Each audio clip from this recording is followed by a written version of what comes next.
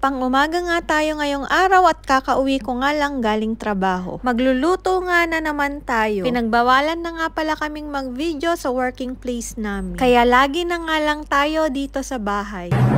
Hindi pa nga ako makakalabas at sa susunod na buwan pa nga kami magkikita ni Mahal. Kailangan nga namin mag-save ng gastusin dahil ang dami pa nga naming babayaran. Pinapagawa na nga namin yung kisame namin sa labas at yung pinambili nga doon hindi pa nga namin nababayaran. Ang gastos ngang magpagawa ng bahay kaya hanggat andito pa nga tayo at malakas pa, umpisahan na natin. Hindi nga lang to isang buwan, isang taon guys. Ilang taon nga namin ito pinatayo. Kaya habang may pera pa nga tayo, push na nga natin. Kung kaya nga namin, kaya nyo nga rin dahil nga yung sahod nga rin namin dito hindi nga rin ganun kalakihan. Pero nababudget nga namin. Kaya sa tuwing may umuutang nga sa akin, nakakahiya mang sabihin na wala nga talaga akong maipautang. Kaya pasensya na po. Aantayin ko na nga lang na sumahod ako dito kay Facebook.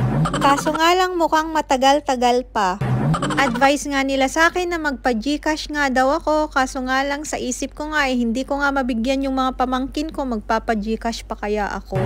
Nung nakaraan nga nag-delete ako ng mga videos ko dahil nagkaroon nga ako ng violation. Dahil yung mga ginamit ko nga palang music sa Reels hindi nga pala ito license. Kaya naman pinagbubura ko na nga lang. Yung mga iba nga doon in-upload ko na nga lang ulit para naman hindi masayang. Sa mga nagtatanong nga pala kung na-monetize na nga ako hindi pa nga dahil ineligible country nga ang Qatar. At kailangan ko pa nga atang umuwi ng Pinas para maayos to. Ine-enjoy ko nga rin itong pag-video ko dahil ito na nga lang yung ginagawa ko dito. Dahil trabaho, bahay nga lang ako. At wala nga akong hiya-hiya guys.